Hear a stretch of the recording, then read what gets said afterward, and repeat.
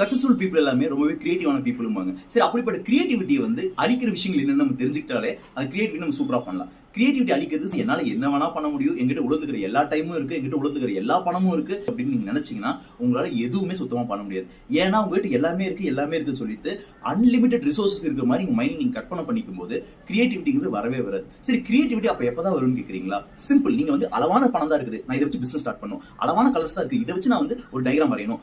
அளவான டைம் தான் இருக்கு, நான் ஒரு டெட்லைன் செட் பண்ணி இந்த வேலை இந்த டைம்ல முடிக்கணும்னு நினைக்கும் போது கிரியேட்டிவா அதுக்கான சொல்யூஷன் கண்டுபிடிச்சு அதை இன்னுமே சூப்பரா பண்ணுவோம். இந்த மாதிரி நம்ம கன்ஸ்ட்ரெயின்ட் செட் பண்றதுக்காண்டி நம்மளோட பெஸ்ட் பாசிபிள் ஒர்க்ஸ் வெளிய வரும். டாக்டர் சியூஸ்ங்கிற ஒருத்தர் வந்து ஒரு புக் எழுதி கேட் வித் ஹேட் எடிட்டர் போய் கூப்பிட்டுறாங்க. சூப்பர்மா 236 வருஷம் சூப்பரா புக் எழுதிட்டேன். ஆனா இது வரைக்கும் யாருமே 50 வருஷம் எந்த ஒரு புக்கும் எழுதுனதுலங்கறாங்க. சரி, நான் ஒரு சேலஞ்ச் எடுத்துக்கிறேன்னு சொல்லிட்டு டாக்டர் சியூஸ் வந்து அந்த புக்கை எழுதுறாங்க. எழுதி முடிச்ச கடைசியில இன்னைக்கு வரைக்குமே குழந்தைங்க மத்தியில ஆல் டைம் ஃபேவரட் செல்லிங் புக்கா இருக்குது தி கிரீன் எக் அண்ட் ஹாம்ஸ்ங்கிற புக் எழுதின டாக்டர் சியூஸோட புக் தான்.